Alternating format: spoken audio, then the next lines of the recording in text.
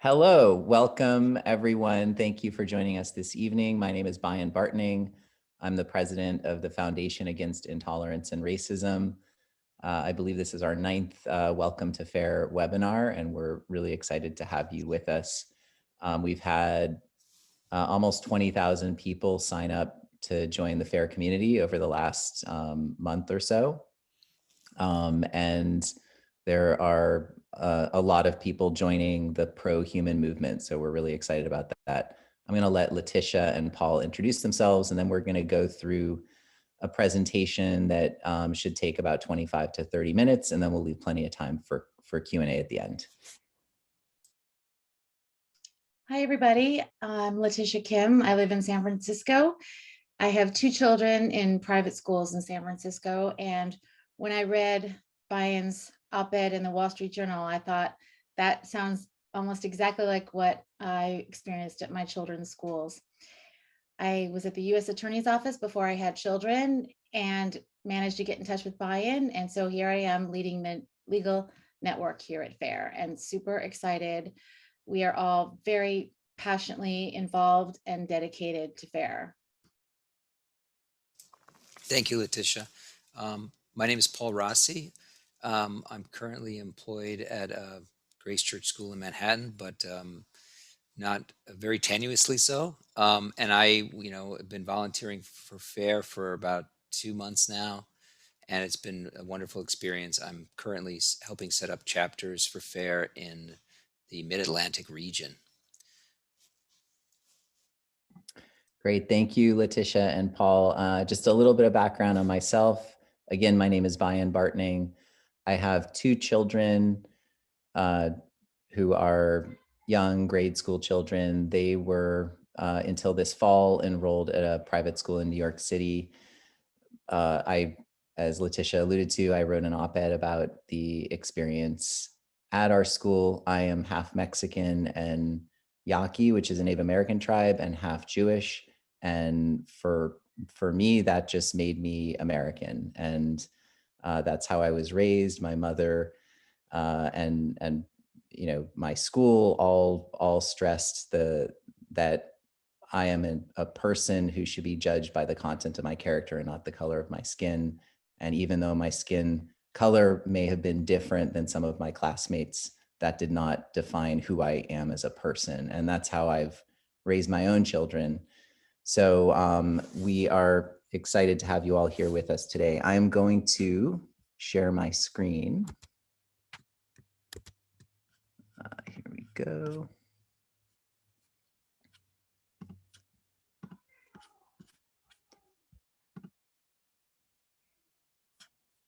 Great. So our motto is be pro-human, and I'll explain in a few minutes what we mean by pro-human.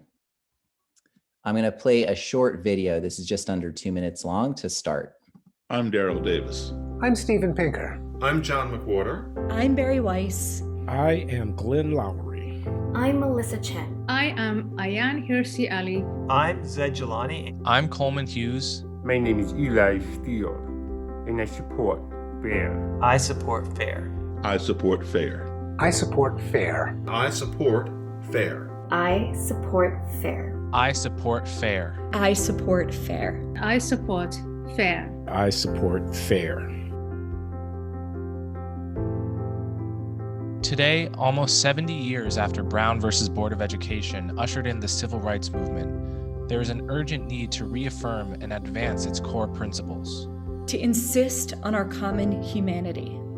To advocate for fairness and understanding. To demand that we are each entitled to equality under the law. To bring about a world in which we are all judged by the content of our character and not by the color of our skin. That's where FAIR comes in. FAIR is the foundation against intolerance and racism. FAIR gets that our civil rights and liberties need to be protected. It's not enough just to be anti-racist. We also need to be pro-human, moving forward together as one race, the human race. Join FAIR in support of compassionate, pro-human anti-racism, rooted in our dignity and our common humanity. Join us.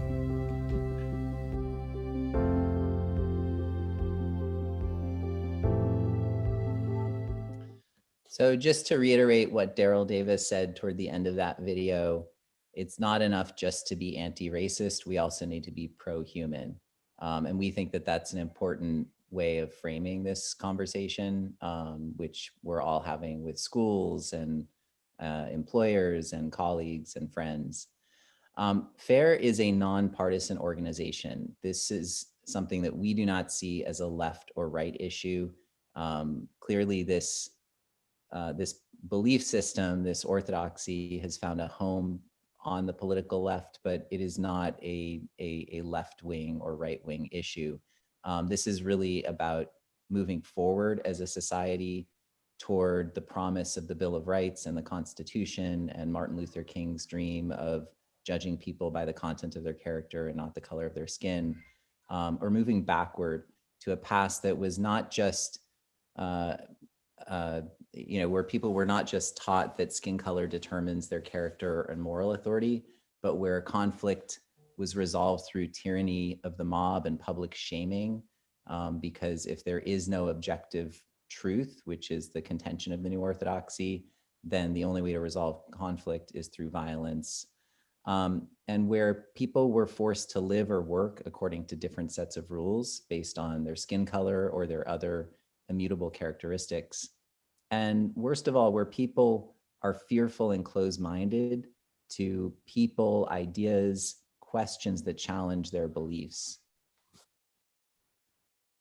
Part of what we are focused on at FAIR is reclaiming the language of morality. There are a lot of words that have been redefined within certain circles. They may not be redefined in the dictionary, but they're being used in different ways, which creates confusion, and there's a lot of power in these words. So we think that it's important as a movement to reclaim words and not allow words like equity or inclusion or belonging to be redefined or used in the way that they're being used. These are a few of the words that we're using. I mentioned earlier the word pro-human, and pro-human is advocating for one human race, universal civil rights and liberties, and compassionate anti-racism or opposition to racism rooted in dignity and our common humanity. Anti-racism simply means opposed to racism. Again, this is a word that in the dictionary still means opposed to racism, which I think is why it's a powerful word. It's being used to mean something quite different. It's actually being used in a way that's more consistent with neo-racism. And neo-racism is a word that was coined several decades ago, and we've updated the definition slightly, but it's pretty consistent with its original definition, which is a form of, I would call it a cultural racism. So it's still a form of racism, but it's a belief that race is a real and inescapable social construct that determines an individual's identity, agency, beliefs, ability, or culture, such that members of different race groups can never understand each other due to intrinsic and insurmountable cultural differences. So this is actually quite consistent with a critical race theory based view of relationships between individuals who belong to different race groups. I'm going to play another short video, and I think this is a nice illustration of the similarities between neo-racism and racism, which is not a surprise because neo-racism is really just a form of racism. When me and Brad first met, I didn't think we'd get along, but turns out we kind of agree on everything. Your racial identity is the most important thing. Everything should be looked at through the lens of race. Jinx, you owe me a Coke. We both have a lot of opinions about people of color, even though we barely know any. I say colored people, but as long as we're classifying them, we both think minorities are a united group who think the same and act the same. And vote the same. You don't want to lose your black card. Sorry, I don't know. I just think we should roll back discrimination laws so we can hire based on race again. Jinx, now you owe me a Coke. Hey, tell them what you told me yesterday. White actors should only do voices for white cartoon characters. I've been saying that for years. Stick to your own. Us white people, we have so much privilege. I agree. It is a privilege to be white. Ask him about interracial dating. All I said is that black men who date white women have internalized racism, and white men that date ethnic women are fetishizing them. Guys against interracial dating now. Like, am I being pranked? Did Boomer put you up to this? Ugh, you know that taco place is white owned? White people should be making white foods like Kraft macaroni and cheese, no seasoning, not even salt. It's like he's a mind reader. I mean, I've been pushing for segregation forever, and my man does what? I created an improv comedy show exclusively for ethnic people. Guy segregates comedy on my birthday. White people need to stop wearing dreadlocks and they need to stop appropriating black people's music. Shaved heads and country music, the way God intended. You know all white people are racist. I'm listening. Even if you have a black wife or a black friend group, you're still really racist. You know, we just kicked a guy out of the organization for having a black girlfriend, but if you can promise me he's still really racist, we'll consider letting him back in. Black people should only shop at black businesses. I guess the only thing we really disagree about is I think white people are the root of all evil. But what did I tell you, though? If we can narrow that down to a certain group of tiny-hatted white people, I think we can come to an understanding. Technically, I don't consider Jewish people white. Neither do I. So that's Ryan Long, if anyone wants to watch the other videos that he's put together. This slide is a slide that I think is worth spending a few minutes on. This is, for me, in the words of Oliver Wendell Holmes, who said that he doesn't give a fig about the simplicity on this side of complexity, but he'd give his life for the simplicity on the other side of complexity. This is my simplicity on the other side of complexity. I spent 3 months in the fall really trying to understand what was happening, where was this coming from. It was very confusing. I searched online and found various videos and articles. And this is really, I think, a distillation of all of the ideas. I also got to speak to a lot of amazing people, many of whom are on our board of advisors. Really at its heart, the New Orthodoxy is a postmodernist philosophy. And I think Michel Foucault, who is a French philosopher, Time magazine referred to the cult of Michel Foucault in 1981. He was also known as the Prince of Power. He was a philosopher who came to the US and really had a huge impact on American academia. And if you look at the philosophy underlying the New Orthodoxy, right, the fundamental beliefs, they are very much in line with this postmodernist belief system by Michel Foucault. So one way of looking at this is that the New Orthodoxy is postmodernism with critical race theory and other things as the gift wrapping, right? So it's being presented as something that is good, right? This idea of bringing people together, celebrating diversity, but ultimately through a thought reform process, people are being led down the path to a change in their underlying philosophy. It's also interlaid with intersectionality, which I'll talk about in a minute, and this Stokely Carmichael's Black Power moral code. So what is the New Orthodoxy? The underlying philosophy, as I mentioned, is really based largely on postmodernism. And there are a couple important things to understand. One is that in the New Orthodoxy, there is a belief that power is truth, that there is no objective truth, that whoever holds the power defines the truth. So it undermines things like the scientific method, empirical data, any faith in the legal process, right? The second pillar of the New Orthodoxy is this concept of moral relativity. And so there's really a very simple moral code, which I'll talk about in a minute. Other than that, all bets are off. You know, anything goes as long as you are furthering the agenda of the New Orthodoxy and living by the new moral code, the new golden rules. The third pillar of the New Orthodoxy is this concept of seeing the world as a perpetual zero-sum power struggle, right? And Michel Foucault described things as in this way. And what happens if you frame the world as a place where there are different groups, identity groups, and they are in perpetual conflict, and there are winners and losers, and a gain for one group is a loss for another group? Well, that leads to conflict. So if you frame the world as a place of perpetual conflict and you convince enough people to believe that, then that will inevitably lead to conflict. The fourth pillar of the New Orthodoxy is this concept of racial realism. So this is where it becomes neo-racist, because there's an acknowledgement on the one hand that we are one human race, and that there scientifically, biologically, there is no truth to the scientific racism of the past.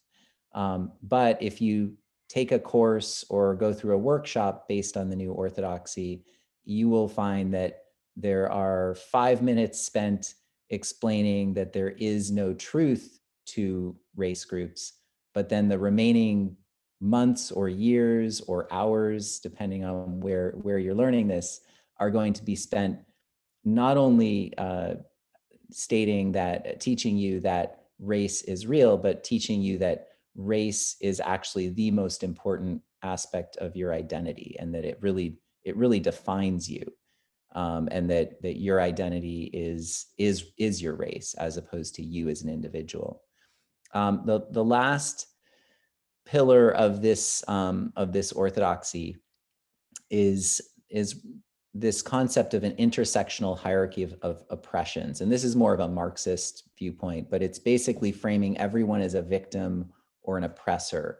And so it's setting the stage for people to seek victim status, because if you're not a victim, you're an oppressor, and who wants to be an oppressor?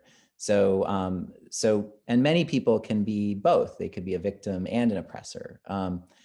So that leads us to the moral code. So, this is the underlying philosophy, the belief system. And it may seem strange. How do people get to this point? Well, it's through this thought reform process. You don't start off being told, this is what you're going to believe after you go through this. You're told, I'm going to help you be more racially literate, or I'm going to help you be a better person. I'm going to help you be an anti-racist. The end result is this belief system. So if you talk to somebody who has gone through this process, these are their beliefs, right? The new moral code is very simple. And if you are an oppressor, so if you are a member of an oppressor group, which would be defined as somebody who's male or white, and somebody who is cisgendered as opposed to transgendered, then you would be an oppressor, and you are required to dismantle all of the systems of oppression, which is defined as everything, right? So the moral code is to tear everything down. It is to destroy. If you are a victim group, then your moral code is to do the same thing, right? To be a good person, the only thing you have to do is destroy things, deconstruct things. And if you're a victim, you have an additional burden, which is if you refuse to do that, then you are a race traitor, right? So a lot of the hatred is reserved for people who are race traitors in the New Orthodoxy. So, why does this matter? How does this new way of seeing the world affect people? Well, your perception, the lens that you view the world through, shapes your reality. And so this quote from Michel Foucault, for me, really sums up the problem we have today, which is, my point is not that everything is bad, but that everything is dangerous, which is not exactly the same as bad. If everything is dangerous, then we always have something to do. So my position leads not to apathy, but to a hyper and pessimistic activism. Right? If you see the world as this zero-sum power struggle between different socially constructed groups, then you're going to be fearful. You're going to be pessimistic, and you are going to be an activist, right? Because if you don't, then you're going to be walked on.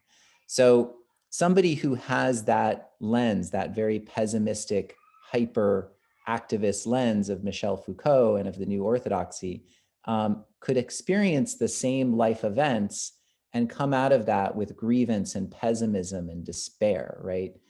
Whereas somebody who has, I would argue, a healthier outlook on life is going to come out of that experience with gratitude and optimism and hope. And why do we care? Why do we care if we come out of an experience with grievance and pessimism versus gratitude and optimism? Well, we care because we know that positive character strengths, gratitude, optimism, chief among them, have an impact not just on our mental health, but even on our physical health. So gratitude is the quality of being thankful, readiness to show appreciation for and to return kindness. Optimism is hopefulness and confidence about the future or the successful outcome of something. And for all people, but especially for children, to center these negative traits, right? Grievance and pessimism sets them up for emotional and physical ailments. I'm going to play a short excerpt from a video about this concept of optimism versus pessimism, which can also be called learned helplessness, right? This idea that things just won't turn out right. And there's a lot of research on this topic, again, especially as it comes to impact on children, but really on adults as well. Imagine you take two dogs and put them in two different areas. You shock the first dog and you give him an option to escape. He tries to escape, he's successful, and he gets away from the shocks. The second dog, however, you put in a place where no matter what he does, he cannot escape the shocks. He soon figures out that there's nothing he can do, he gives up, and he'll just sit there and accept the shocks. Now you take these two dogs and put them in two new areas again, but this time they can both escape. The first dog, who had learned that he was able to escape, will get out of there like usual. But the second dog will just lay there and accept the shocks, even though in this new environment, he could just escape. This is what is known as learned helplessness, and you probably know people who act like the helpless dog. The opposite of this is learned optimism. Learned optimism is basically the idea that you can learn to be optimistic and positive and happy. You can cultivate these things. And this is exactly what Seligman was trying to do by running a workshop. The results of the workshop were promising. 32% of the students in the control group had a moderate to severe episode of depression, in contrast to 22% of the group that was in the workshop. Also, 15% of the controls had an episode of generalized anxiety disorder versus only 7% of people who took the workshop. So just to reinforce that concept, if you can imagine, if you're telling a child that the system is stacked against them, that they have no agency, no ability to change the outcome, then that is teaching them learned helplessness. That is teaching them pessimism, and that is child abuse. So what is the New Orthodoxy doing? It's reprogramming people to be hyper and pessimistic activists.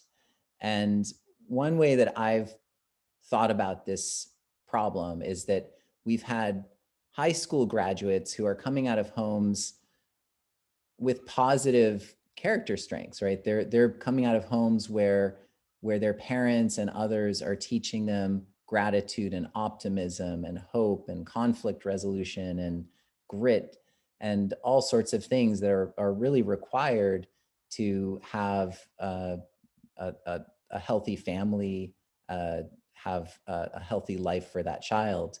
And over 4 years of thought reform in college, they're coming out with this postmodernist worldview. And the way I look at it is, if you think of a person like a computer, right? We're sending our kids, and this is for decades now, high school graduates have been going to college, and parents think that they're getting new applications installed, right? That they're getting upgraded. And in fact, their operating system is being replaced, right? And so they're coming out with, instead of new knowledge and new skills, and maybe they have new knowledge and new skills, but they're coming out also with a new philosophy, a new fundamental belief system. And what does that belief system mean for our society? What does that new worldview, the new orthodoxy mean? Because we can all think, I can protect my own kids from this. But what does it mean for society if a lot of other kids are not protected from this? And in fact, if you think about it, this has been happening for decades in our colleges and universities. It's now happening in our K through 12. And so those high school students are now coming out already predisposed to the new orthodoxy, to this new worldview. Well, this worldview is not an anti-racist worldview. It is an anti-character, an anti-virtue worldview. So this is from an organization called VIA Institute on Character, which has looked across cultures and identified, and this is from around the world, has identified 24 character strengths, which are universal, right? So from Europe and Asia, North America, South America. And these character strengths are generally what's required to have healthy functioning human beings and healthy functioning societies. So for example, fairness. I treat everyone equally and fairly, give everyone the same chance. I apply the same rules to everyone.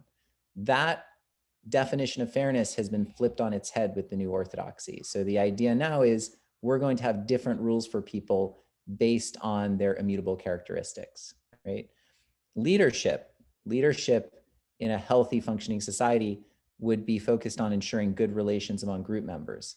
Our leaders are being trained under the New Orthodoxy to divide us into different groups and ultimately pit us against each other, right? So they're framing the world as that zero-sum power struggle between these socially constructed groups. So what is FAIR going to do about this? Our focus is a multi-pronged effort to shift our culture forward and stand up for people who are affected by the New Orthodoxy, and ultimately drive toward a common culture of fairness, understanding, and humanity. So one of the things we're going to do is educate people. So we are developing videos and other content so that people can become aware of what's happening and become aware of the pro-human movement. And we think it's a very positive movement.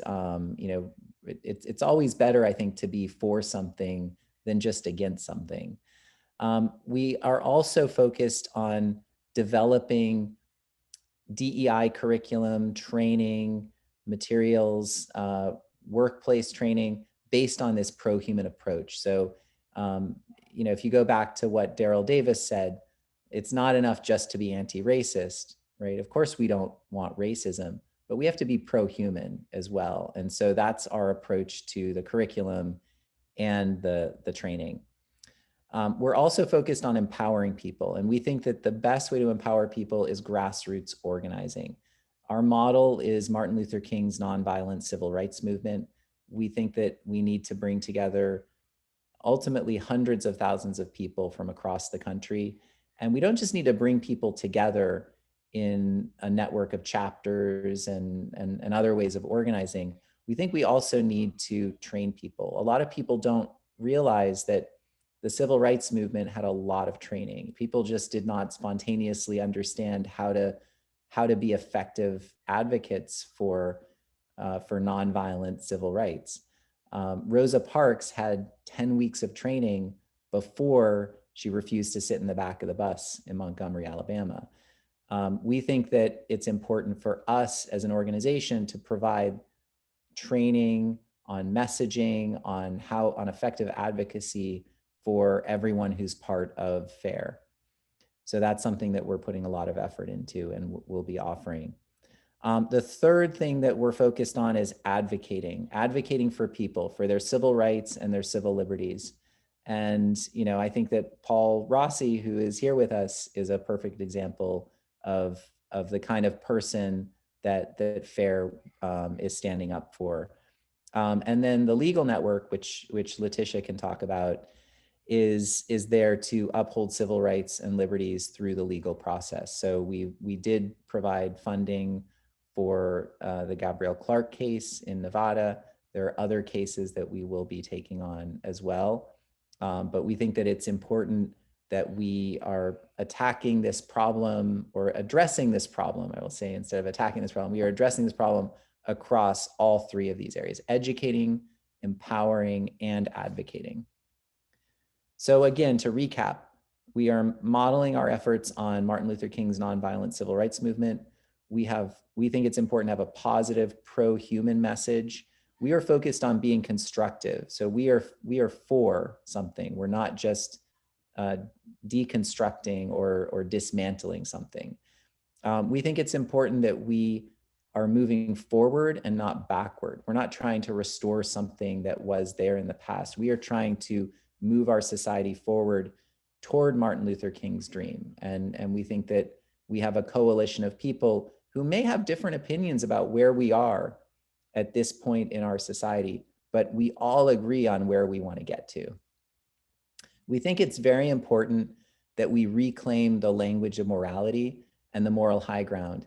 And I think one of the things that we want to make sure everybody who's part of FAIR understands is that the arc of the moral universe bends toward justice, and justice is on our side. So I think we should all have confidence in what we're doing. We should not question whether what we're doing is right. What we're doing is right. And I think everyone who's part of this movement really should feel good about what they're doing and have that moral certainty of what they're doing. And last, we think that it's important for us to help people be effective advocates for themselves ultimately, and for their children if they have children. So I'm going to end the presentation and we can jump into Q&A.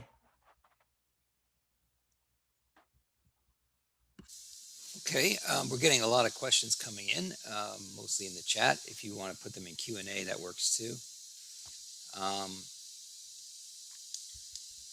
I see a question about Canada, which has come up, Paul. Yeah. So yes, we are definitely going to be expanding FAIR through have a Canadian affiliate as well. So that will be coming. Here's a question. One audience likely to be receptive to a new FAIR-oriented curriculum supplement would be the growing community of homeschoolers. Are you planning on an actual curriculum? Yes, we are planning on an actual curriculum. Our goal is to have it ready this summer. We have a fantastic group of people working on it who have a lot of experience writing curriculum, and it's a mix of, if you can imagine, a good ethnic studies curriculum, and by good I mean that it acknowledges the diversity of our origins, right? That we come from many different places, and really helps people to understand that to simplify, everyone who has Latin American ancestry is Hispanic, right? That is reductionist and insulting and wrong. And the difference between somebody from Cuba and somebody from Mexico and somebody from Puerto Rico is vast. And frankly, within Cuba, within Puerto Rico, within Mexico, there are dozens, if not hundreds, of different cultural traditions and identities. So ultimately, true diversity is recognizing and acknowledging that every individual human being on this planet is unique and has value. So we're excited about it. There's a character component to the curriculum as well, but we'll be announcing more over the next few months, and then our plan is to have something available by the fall. And then in addition to that, we are working on training programs based on our pro-human approach for corporations. Here's a question, maybe for Letitia. Is there a legal strategy to attack this in the public K through 12 schools?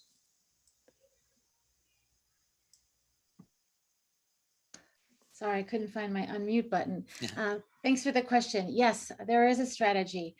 The primary legal vehicles that can be used to contest this in public school system is Title VI of the Civil Rights Act, which prohibits discrimination based on race, color, and national origin. In order to be a defendant under Title VI, you have to be supported by federal funds. And since public schools are pretty much all supported by federal funds, that is going to be a very useful vehicle.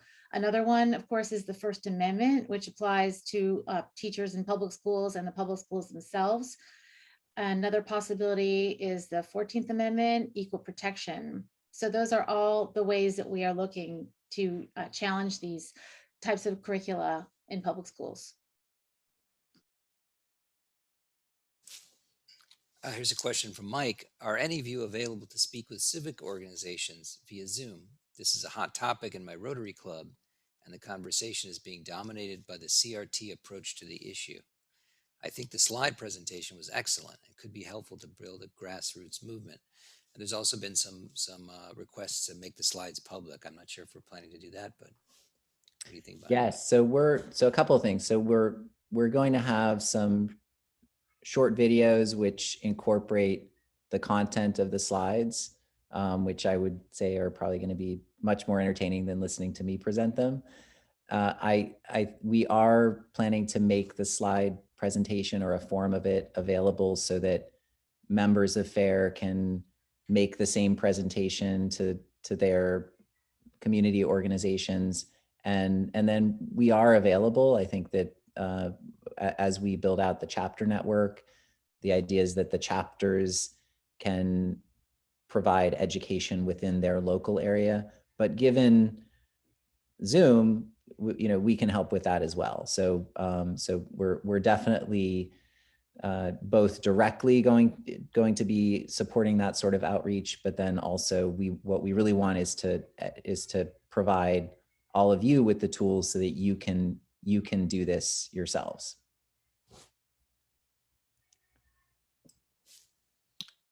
Here's a question. Does anyone have any tips as to what a good rhetorical strategy is to raise these critiques of critical race theory in public?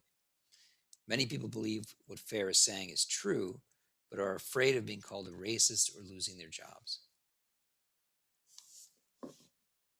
I think I'm going to try to take this one. I guess I would say that it's very hard to be direct about these critiques in a public forum.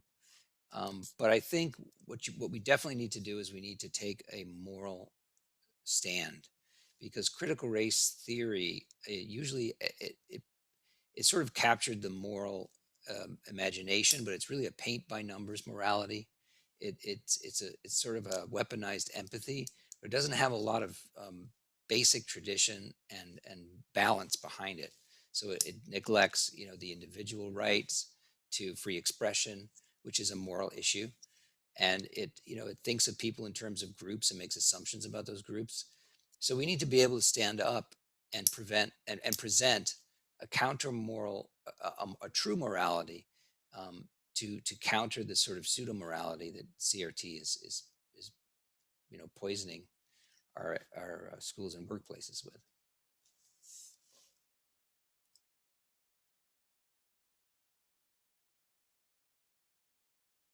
It's a question about, it's an interesting question. Are you concerned about the potential for toxic motivations to draw individuals to your movement or organization? I'm thinking mainly those who have a hostility to any form of progressivism and see organizations like this as giving intellectual heft to their reflexive conservatism. Yeah, I think that's a great question. I am a firm believer that there are reasonable people who are conservative and there are reasonable people who are liberal.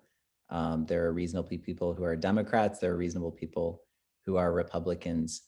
And I would say FAIR is a true nonpartisan organization. If you look at our board of advisors, we have people who are right of center, people who are left of center.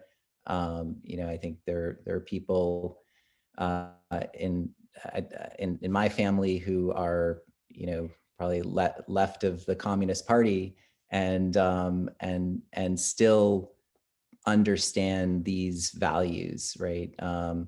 I think that fundamentally FAIR is open to everyone who supports our mission and who supports the idea of addressing the illiberalism that is reflected in this new orthodoxy. And I think that conservatives are 100% welcome, and liberals are as well. Here's a question that came in. I'm working for a local news organization startup. We are looking to track adoption of CRT 1619 and BLM in schools across all schools locally and maybe statewide. I know that CRT is being tracked at the collegiate level. Is anyone else tracking it in the pre-K through 12 grades? Yeah, Oh, go ahead. I'm sorry. No, I'm no, sorry. that's all right. That's basically the question. Yeah, Letitia. Yeah, I think I answered that in the chat. There is a group that's doing this. It's called defendinged.org. As I said in the chat, I have not reviewed it in detail, so I do not know the accuracy of it, but they are in fact tracking it. Great. So Mickey asks, will training be offered for high school teachers? I'm hoping to launch a FAIR-inspired club in my school. Yeah, that's a great question. Yes, we will be, along with the curriculum, there will be teacher training.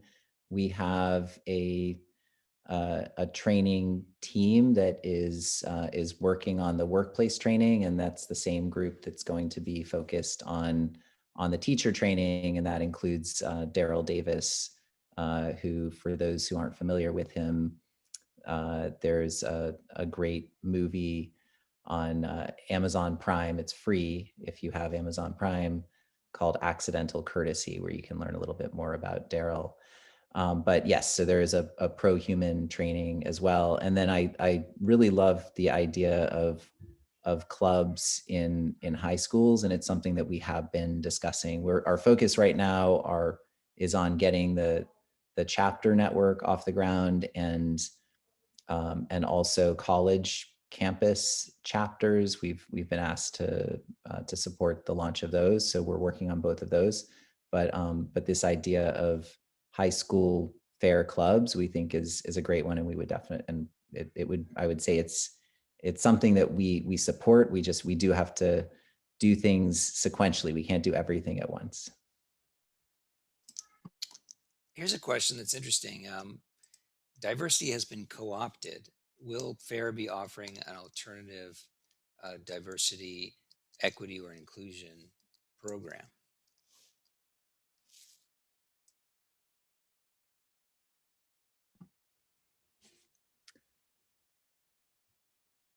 Sorry, Paul, do you want to try answering that? I can try. I think that's going to be, although I'm not sure, is that going to be part of the curriculum? I think equity is a word which basically means fairness, that, as part of our program to sort of recapture the language, we need to get equity back to its basic meaning, as opposed to its current meaning, which is equality of outcome rather than equality of opportunity.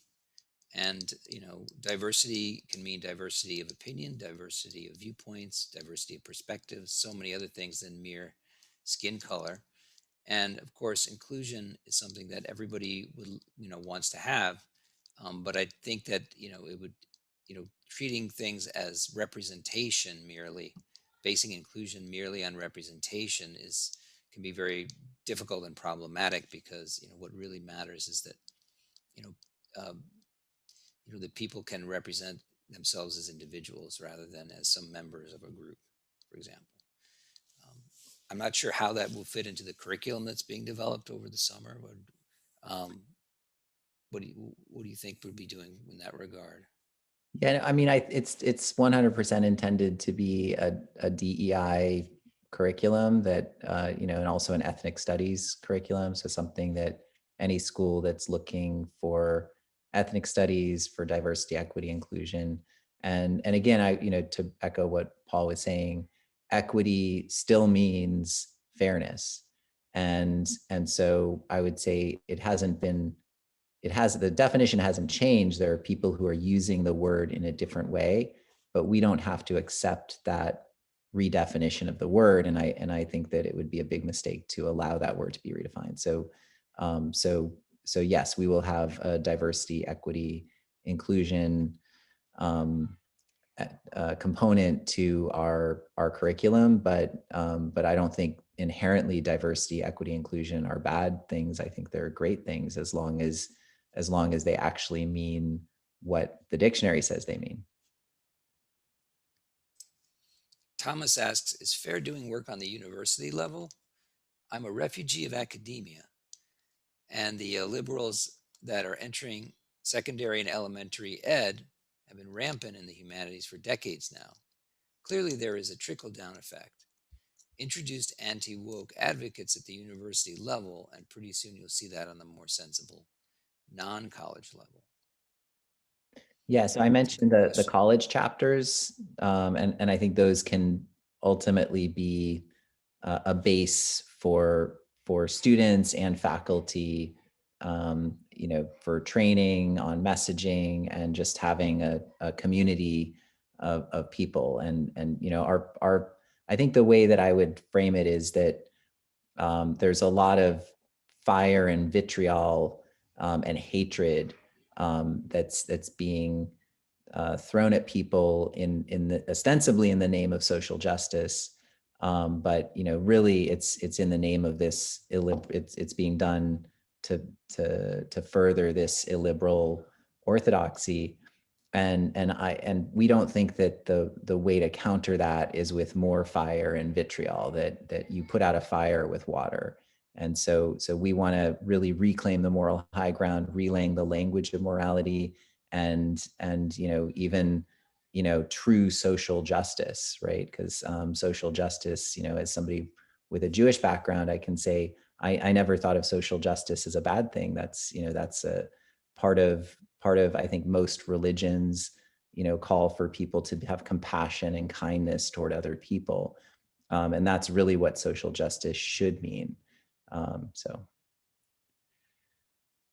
Somebody was asking about fundraising. So yes, we have had success with raising funds. I am a volunteer. I am full-time on FAIR. I saw this as existential for me, for my children, for our society. I will continue to be a volunteer and will not be getting paid. Letitia is also a volunteer who's full-time focused on this. Paul has been a volunteer. Obviously he's had a job on the side, but what I would say is we are in the process of hiring people. We have hired a number of people. We are building out a professional organization. So as I mentioned, we have a head of our training program. We have a head of technology, and we've hired over the last several weeks, we've hired a number of people. So, on the coordination side. So we're going to continue to be, I would say, primarily a volunteer-driven organization, but we are hiring and have hired professional staff as well. Andrew asks, what do you see as the roles for local chapters / activists? I know FAIR is organizing these, but I wonder for what purpose.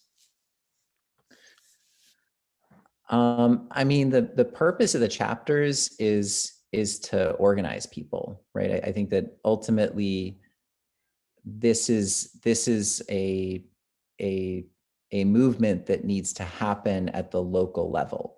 And we see huge benefit in having all these local efforts be part of a national effort, part of a national movement. But we think that it's really important that in every school, every workplace, that people who are advocating for what is right and what is just and what is common sense and what is rational and reasonable are present, because there are people who are dogmatic and fundamentalist advocating for an illiberal orthodoxy. And if we don't have reasonable, rational, sane people standing up and making effective cases for why that is not the right direction to go, then that is the direction that those institutions will go. Adam asks, what is FAIR doing to get more well-known in the media? Have you had thoughts about local rallies? Is FAIR ready to counter being politicized and demonized by CRT advocates? I mean, that's a great, I think that, again, that gets back to getting the local chapters organized, because ultimately that's the chapters become that is FAIR, right? The chapters are FAIR. So I think if, for FAIR to be an effective organization, we saw the need to really have local chapters to empower those local chapters. So our expectation is over the coming weeks and months, we will have, quite a few chapters. We have at this point as I mentioned, about 20,000 people who have signed up to join FAIR, over 2,000 people who have said that they want to volunteer for FAIR. And so it's been, overwhelming, and we are so grateful for all of that support and interest in being part of this organization. Sorry, 1 second.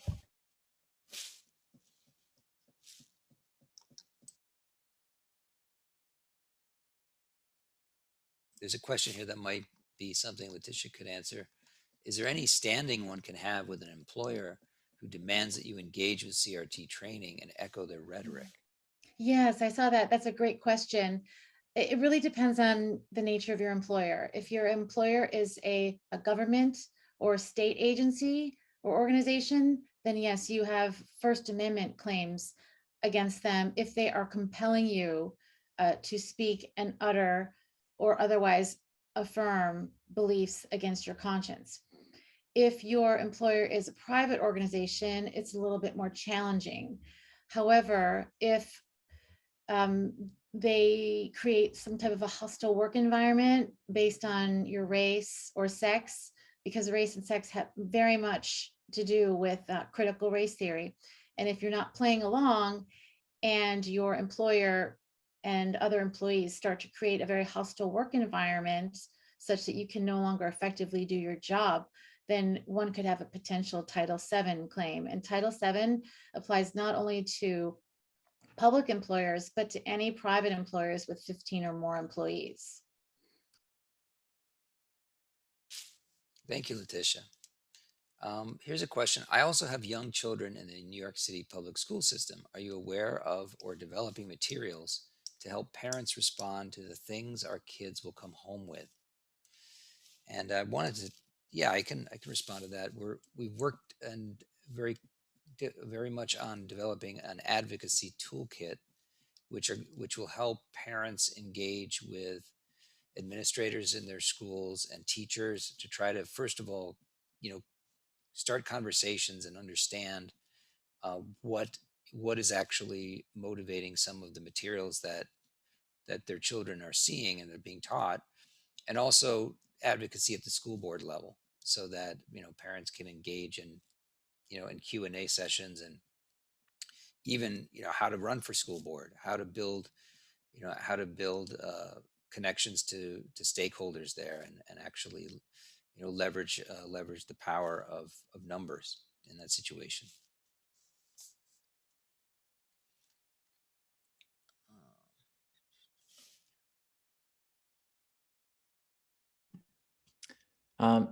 There's a question about how will FAIR ensure it doesn't fall prey to anti-liberal orthodoxy, left or right. Maybe not a huge issue right at this moment, but as the organization grows. And I will say that is a question that we've put a lot of thought into. I think that obviously the way that the organization is staffed, the way the board is set up, but also the bylaws and just making sure that those protections are there. Because I will say, as somebody who growing up thought that organizations like the ACLU would always be there to stand up for civil liberties, and seeing that it has morphed into a social justice organization, or I would say a social justice organization, that's been pretty alarming to me. So I think it's a great question, and I think that it's something that we've been putting a lot of effort into and thought into addressing.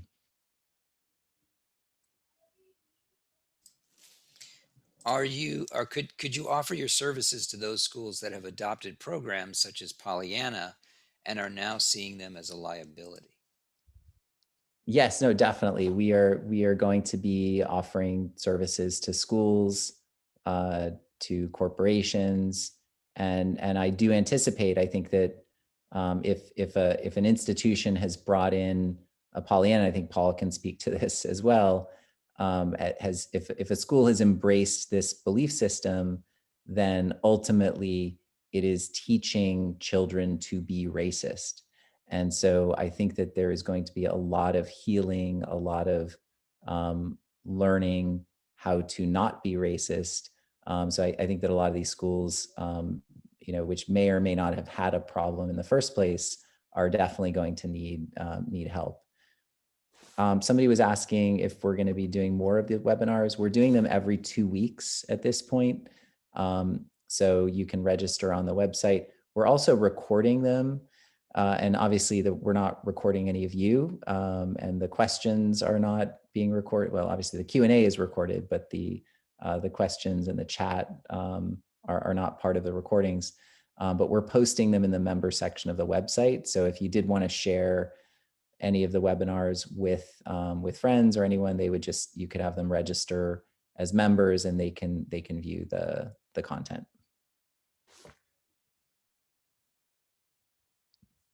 Is there an NYC chapter yet? I am eager to join.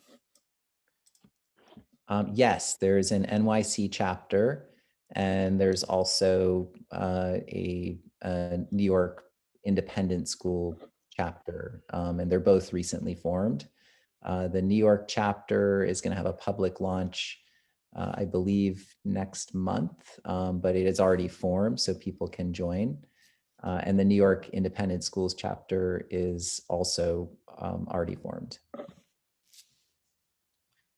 Here's a question. Are you aware of any database in existence that shows existing CRT curricula transparently by school district?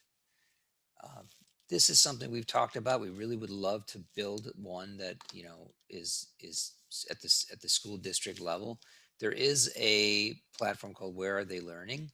What Are They Learning? Sorry, .com.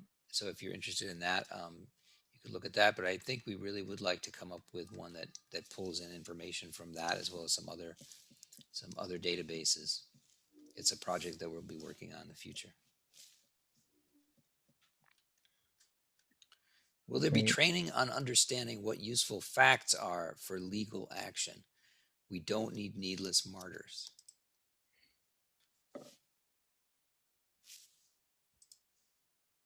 I guess I have to answer that question. Yeah. That's a very good question. I haven't really thought about creating training on what legal facts are important. And one of the reasons why one has to be careful about that is because all such information, if a lawsuit were filed, would be discoverable by the other side. And that could make it look like it was all a setup, or it was deliberately designed to sue that person. So I haven't really considered the possibility of doing that kind of training. But I can say that there is Title VII, which prohibits discrimination in the workplace based on race, color, national origin. There is Title IX, which prohibits against sex discrimination. And there is Title VI, which prohibits against race and national origin discrimination in public schools. So I think, people can look at their environments and determine if they feel that they are being discriminated against by their school or employer based on those categories. And for Title VII, there's also the category of religion. And of course, at any time you feel that your rights are being violated, please feel free to reach out to FAIR and we can review it, and if necessary, hook you up with an attorney. Bayan, did you want to take one last one? Sure. Do you want to pick it? Sure. There's a follow-up on the ACLU comparison. Is there an intention for FAIR to be the heir to ACLU's Aboriginal mission? Original mission, I guess? I guess, yeah. It says Aboriginal, but maybe. All right. So what I would say is FAIR's mission is to advance civil rights and liberties and a common culture of fairness, understanding, and humanity. That is similar to, but different from the ACLU's stated mission. What I would say is that on the civil liberties front, that would be one big area of overlap, and we are 100% focused on civil liberties. I would, I think without criticizing or comparing FAIR to the ACLU with the ACLU, I would just say that we are focused on upholding civil liberties, and in particular, I think everyone involved with FAIR has a special appreciation for the First Amendment.